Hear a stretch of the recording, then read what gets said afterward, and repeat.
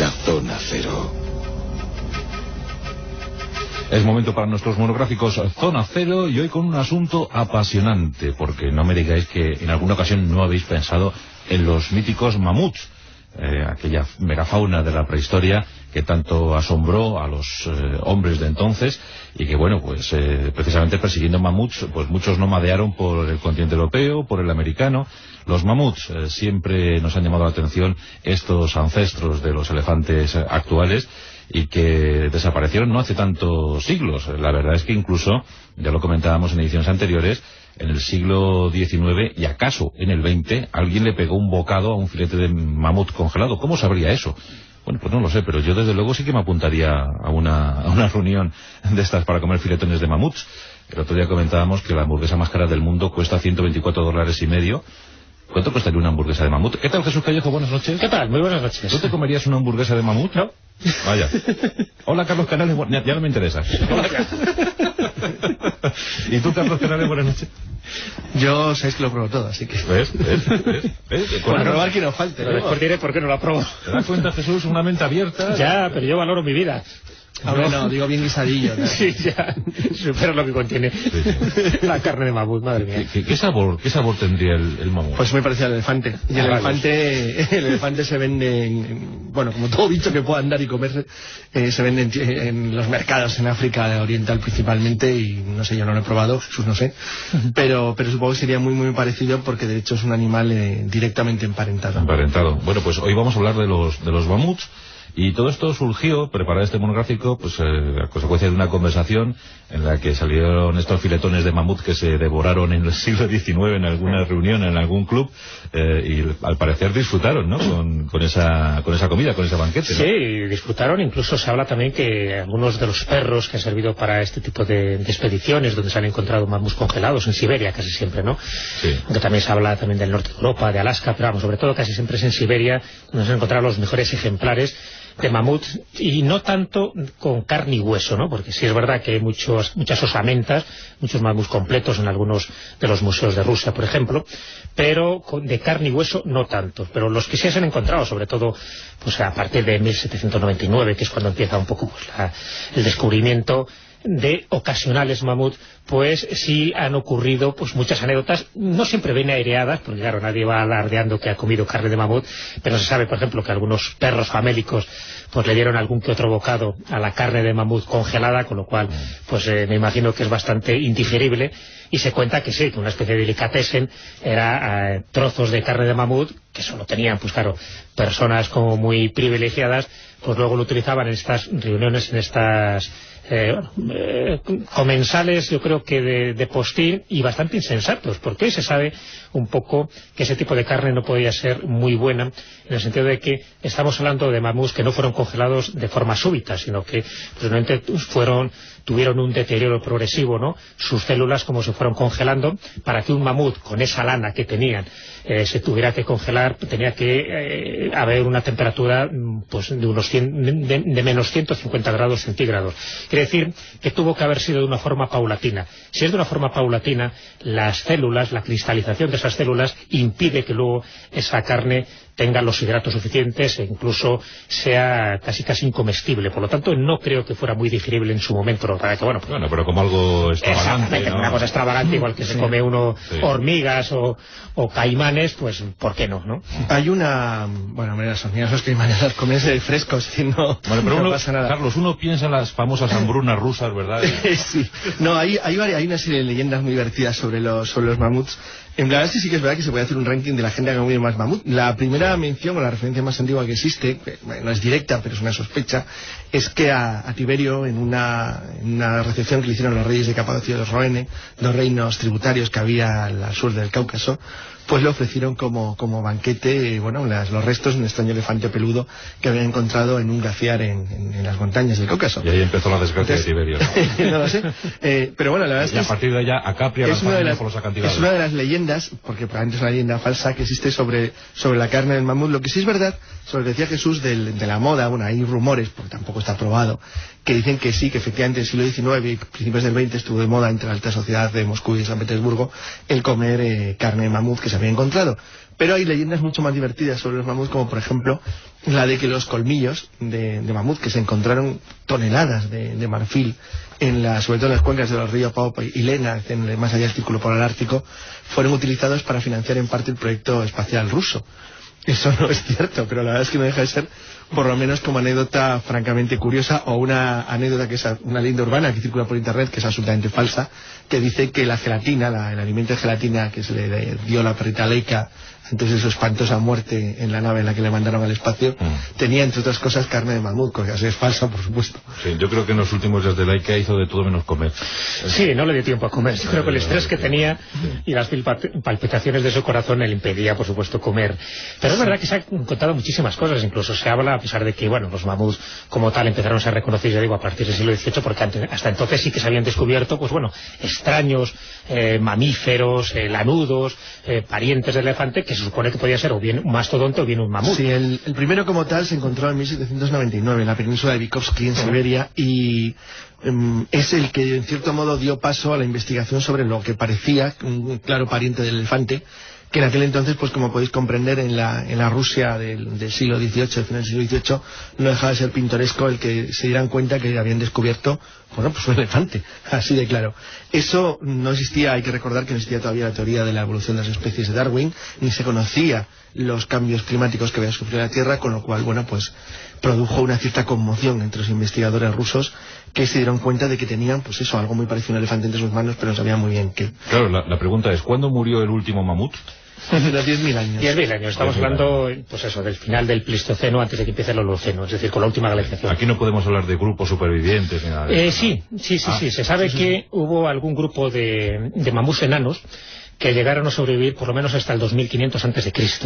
Pero, bueno, fue una especie casi en extinción, que quedó recluida en una pequeña isla, ¿no?, dentro de Siberia, y bueno, y ahí pues quedaron como una especie de especie endogámica, y precisamente por el poco tamaño es lo que les permitió sobrevivir. Pero todos los grandes mamuts, que no eran por cierto tan grandes, siempre se ha hablado de mamut como un sinónimo de eso, de mastodóntico, de grande, y claro, o sea, el mayor mamut no medía más de 4 metros, que es lo que mide ahora un elefante africano. Por lo tanto están más emparentados con los elefantes asiáticos. Sí, lo que eran muy compactos, muy redondos, muy fortotes, de una especie como de joroba, da un aspecto como muy sólido. Pero es verdad que dice Jesús, hay toda una leyenda sobre el tamaño que no es exactamente correcta, realmente no eran mayores que un elefante de sabana. Sin embargo, por ejemplo, para hablar de los más cercanos, los que vivían aquí, los que vivían en España, y que tuvieron contacto con los primeros seres cromañones, con los primeros hombres actuales que entraron en nuestra península. Fue su perdición, por cierto, ¿verdad? Sí, porque los neandertales no acabaron con los mamuts, fuimos nosotros. Con los cromañones. Fuimos nosotros los que acabamos con ellos, y parece ser que hay una doble relación entre su extinción, no solamente la mano del hombre, que en el caso, por ejemplo, de América, la extinción de la megafauna parece muy claro, pero sí, por lo menos, que eso coincidió al mismo tiempo con el cambio climático del final de la última glaciación. Lo más importante de la investigación que hay ahora sobre unos bichos tan grandes y tan fantásticos es que al parecer tuvieron un papel decisivo en la evolución del ser humano. Es decir, que fue la persecución de las grandes manadas de mamuts lo que aventuró a los cromañones a entrar en Europa y por lo tanto a tener contacto con los otros hombres que había en el mundo, pero que no eran humanos, es decir, con los neandertal, que eran los dueños y señores de Eurasia, sobre todo de la parte europea. Que persiguiendo esa fauna, ¿verdad? Exacto, que parece que venían de Asia. El hecho es que los investigadores rusos y chinos han realizado desde hace unos años una serie de análisis muy interesantes acerca de los huesos de seres humanos que se han podido encontrar, de los restos de seres humanos del Pleistoceno que se han podido encontrar, y la gran sorpresa es que los que estaban en contacto con los mamuts y los que seguían a las manadas de mamuts y de los animales que había de su estilo, como rinocerontes lanudos que no se cazaban, porque eran más complicados de aprovechar, o de grandes ciervos de la época prehistórica, alcanzaron rápidamente un desarrollo físico mucho mayor. Es bien conocido y se sabe perfectamente que los restos de los hombres cromañones que se encuentran, en líneas generales, bueno, pues nosotros somos unos mierdecillas a los suyos. Es decir, son tipos bastante cachas y que se mantenían bastante bien. Sí. Y hay una relación muy directa con el tipo de vida que hacían. Es decir, hacían una vida de persecución de animales, tenían una dieta magnífica, muy sana, y encima, además de eso, bueno, pues formaban parte de comunidades muy pequeñas en un mundo que estaba prácticamente despoblado y que necesitaban los mamuts para alimentarse y para obtener proteínas. La organización social de aquellos años además se basa en la persecución de animales, en cómo se organizan para la caza, la estructura social, es el que caza más, el que caza mejor, es el jefe. Sí. Es probablemente una de las épocas doradas del ser humano, menos de 1 millón de habitantes en todo el planeta, y bueno, ni la mitad. Pues como diría Stephen Hawking, a eso llegaremos. Sí, la verdad que sí. Hombre, es un momento también que al producirse la última glaciación ocurre algo que bueno, pues tiene una importancia capital tanto en los animales como en el ser humano. Es decir, al subir el nivel del mar, algo que bajó en el momento de la glaciación, lo que hace es que ese estrecho de Bering también pues se disuelva, ya no existe como tal, y por lo tanto empiezan a tener una vida autónoma tanto los hombres, los homo sapiens que se quedan en el otro extremo, en la parte asiática, como los que se quedan ya en América. Entonces empiezan a tener desarrollos evolutivos muy diferentes por el clima que encuentran y por el tipo de alimentación que luego también les sirve para sobrevivir. O sea que esa parte climática fue fundamental incluso para sus usos y costumbres. Pues hace 10.000 años, unos 10.000 años, se desplomó el último gran mamut. Eso sí, quedaron pequeños grupúsculos de mamuts enanos. Sí, en la isla de Wrangel, en el este de Siberia. Quedaron vivos hasta unos 2.500 años antes de Cristo. Pero bueno, nos decía Carlos que posiblemente Tiberio se comió un filetón de mamut y de ahí ya pasó a la isla de Capri a lanzar niños por los acantilados. Más banquetes en torno al mamut. Sí, mira, hay uno muy conocido al que se refería a Jesús, que ocurrió en 1901 en la... 1901. Sí, en Siberia. Era una expedición rusa que había estado enviada por la Academia de San Petersburgo, la Academia Imperial de Ciencias, y la dirigía el doctor Otto Hertz, y tenía 2 subordinados muy prestigiosos, que eran Sebastianov y Sitzmayer. Bueno, el caso es que encontraron un mamut que se había encontrado, bueno, sabían que se había encontrado un mamut y fueron a recoger los restos para llevárselos hasta San Petersburgo. El mamut lo había encontrado más allá del Círculo Polar Ártico, consiguieron sacarlo. Hay unas fotografías, la verdad, muy curiosas de los mamut que se encuentran, por ejemplo, el de Yukagir, que luego hablaremos porque es el que intenta clonar. La fotografía esa que se publicó en la prensa española en National Geographic de los cuernos saliendo del hielo, que es realmente espectacular. Bueno, el hecho es que cogieron el mamut, pero se dieron cuenta que estaban prácticamente en pleno invierno y había que cargarlo. Y para cargarlo necesitaban 10 trineos, pero claro, había que ponerlo de alguna manera, entonces decidieron trocearlo. El caso es que tenían que correr porque el objetivo era llegar en el invierno hasta San Petersburgo, porque si no se podía estropear, que se podía estropear la carne por efecto de la baja, de la subida de la temperatura, porque en aquel momento ellos estaban a 40-50 grados bajo cero, que es una temperatura estupenda. Y los renos que tiraban de los trineos, pues estaban los pobres hechos polvo, no tenían prácticamente nada que comer, y había un enorme problema. El caso es que, aunque consiguieron realmente llegar a Irkutsk con la carga, se abrió rápidamente todo un debate sobre lo que se había hecho con gran parte de la carne que se había perdido probablemente el camino, y bueno, lo que se había hecho es que se lo habían comido. Era así de claro. Y bueno, pues es el caso más notable de banquete mamutiano por lo menos del siglo XX. Pero la expedición se fue comiendo un filetito por aquí. Bueno, que bueno, hay otra cosa, pues bueno. Un poquito de oreja a la plancha. Les decían que se lo habían dado a los perros, que bueno, que tenían los perros, hombre, seguro son los que más comieron, ¿no? Sí, pero vamos, seguro que algún científico ruso pegó un ñaco. Alguno pegó algo, claro, ya digo, parece ser que no sería demasiado comestible por lo que acabo de comentar, ¿no? Porque al congelarse de esta manera tan lenta, porque para que conserve todas las propiedades tiene que ser una congelación muy súbita, cosa que parece que no ocurrió. Pero sin embargo sí ocurrió al año siguiente. En el año siguiente, en 1902, se encuentra el mamut de Berezkova, como así se le llama, Berezova, que es el del río, un río de Siberia, que es el que da nombre. Normalmente casi todos los mamuts tienen un nombre o bien por el descubridor o bien por la zona geográfica de Siberia donde se han encontrado. Entonces este es otro de esos pocos mamuts que se encontró también con carne y hueso, porque con huesos se han encontrado varios, no hay demasiados esqueletos, de hecho solo hay 50 esqueletos conocidos de mamut lanudos, y de ellos solo 6 están completos, ¿no? Y se han localizado hasta la fecha 50. Sí, 50. Se sabe que por lo menos puede haber más de 20.000 mamuts todavía, pues eso, en toda la Siberia congelada, ¿no? Hasta que poco a poco, pues con el cambio climático, mira tú, tiene esa ventaja entre comillas, ¿no? De que se van encontrando determinados ejemplares, pero posiblemente más de 20.000 estén distribuidos por Siberia. Hasta el momento 50 esqueletos conocidos, ya digo, solo 6 están completos, y desde el siglo XIX en adelante solo han encontrado 6 mamut de carne y hueso, solo 6. Bueno, pues el de 1902 sería uno de esos de carne y hueso. Lo curioso es que cuando se le encuentran, además en un estado impecable, se sabe que casi a ese sí que le pilló a este mamut en pleno momento de la digestión, posiblemente cayera en algún glaciar, ¿no?, para que esa congelación se produjera de una forma súbita, porque cuando se le analiza el estómago se sabe que tenía todavía juncos, hierbas y ranúnculos, de una planta bulbosa. Es decir, esto es muy llamativo, ¿no?, incluso casi en la boca, o sea, todavía estaba masticando algunos de estos ranúnculos cuando muere y queda así congelado, ¿no? Bueno, pues también ese tipo de carne, ahora lo que se conserva en el Museo de Torquay es el esqueleto completo, pero parte de esa carne también hay dudas, ¿no?, de dónde fue a parar, porque se fue descongelando de una forma también muy rápida. Estamos hablando de 1902, todavía el procedimiento no estaba muy sofisticado de congelarlo, pues eso, para que se preservara, ¿no?, para los estudios científicos. Y entonces, bueno, pues parte de esa carne, la del 1901 y 1902, debió ir también a algún estómago de alguno que luego a lo mejor también murió de una enfermedad súbita por algún tipo de dioxina que podía haber tenido, ¿no? O sea, que siempre son leyendas, nunca hay nombres, nunca hay datos muy concretos, pero siempre sospechas como muy fundadas de que carne de esto fue a parar a algún científico, en fin, ruso, porque fueron los que lo descubrieron. Claro, es que la imagen típica que tenemos de este asunto de banquetes mamutianos, como los ha definido Carlos Canales, es pues esto, una sociedad científica donde se reúnen sus socios, ¿verdad? Y claro, les ponen un ahí es que claro, hay es lo que contaba al principio, hay una serie de rumores que decían que bueno, que había grupos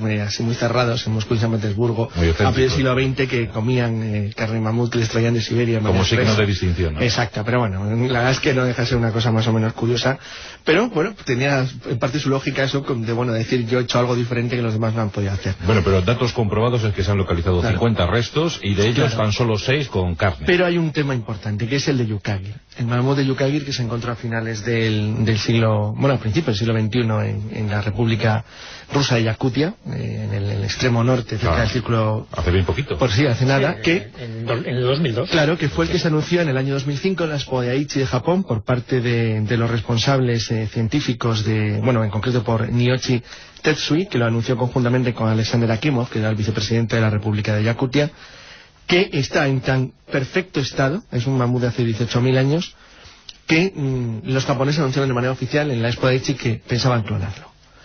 El hecho de que dieran la rueda de prensa con el vicepresidente de la República de Yakutia, bueno, pues simbolizaba de alguna manera que por parte de Akimov y de su gobierno había una cierta aceptación de la posibilidad de volver a la vida a los mamuts. Lo que pasa que esto desde entonces se ha convertido en un verdadero culebrón, porque aunque es cierto que en la entrevista ellos dijeron que técnicamente era perfectamente posible, o sea que los japoneses van sobrados cuando anuncian estas cosas, es que pueden. Sin embargo, lo que es cierto también es que se dijo claramente que se examinarían los pros y las contras de volver a la vida a una especie que no tiene sentido ya ahora mismo. Ellos, es curioso y tiene cierta gracia porque los rusos habían llamado a la zona donde se encontró el Parque del Pleistoceno. Suena, las reminiscencias son inmediatamente Parque Jurásico. Es cierto que ¿qué haces es como lo del tilacino, como lo del monstruo de Tasmania? ¿Qué haces con un lobo marsupial por el mundo ahora? ¿O qué haces con pues nada, a un parque temático? Claro, ¿qué haces con un pobre mamut lanudo dando vueltas él solo por un zoo? Y entonces la verdad es que es una situación bastante triste. Yo supongo que recapacitarán. Yo no soy un partidario necesario, no veo la utilidad en principio de la clonación y reproducción de animales extinguidos. Siberia todavía se presta, ¿no?, para reintroducir algunas. Sí, pero si no se llegó a extinguir, como pasó con la saiga, que era uno de los animales, un herbívoro que convivió con el mamut, el buey almizclero y el rinoceronte lanudo en las estepas de Eurasia, cuando todavía existía, cuando en los últimos tiempos finales de la glaciación final, pues lo que es cierto es que realmente pues no se iba a extinguir, estuvo a punto en los años 30 de desaparecer, pero se consiguió salvar, con lo cual, bueno, pues sí tiene sentido. O incluso lo que se hizo con el bisonte en el este de Europa tiene cierta lógica. Bilobiesa, sí. Claro, lo que se hizo con el uro, porque bueno, había una cierta proximidad, era relativamente reciente, era fácil, había especies tan similares que era muy sencillo, y se decidió hacer. Es como los esfuerzos que se han hecho en Siberia para evitar que desaparezca el caballo de Przewalski. Pues tiene, o en España con Asturcom o con el lince, tiene todavía cierta lógica. Pero por ejemplo, imaginaos que el lince desaparece.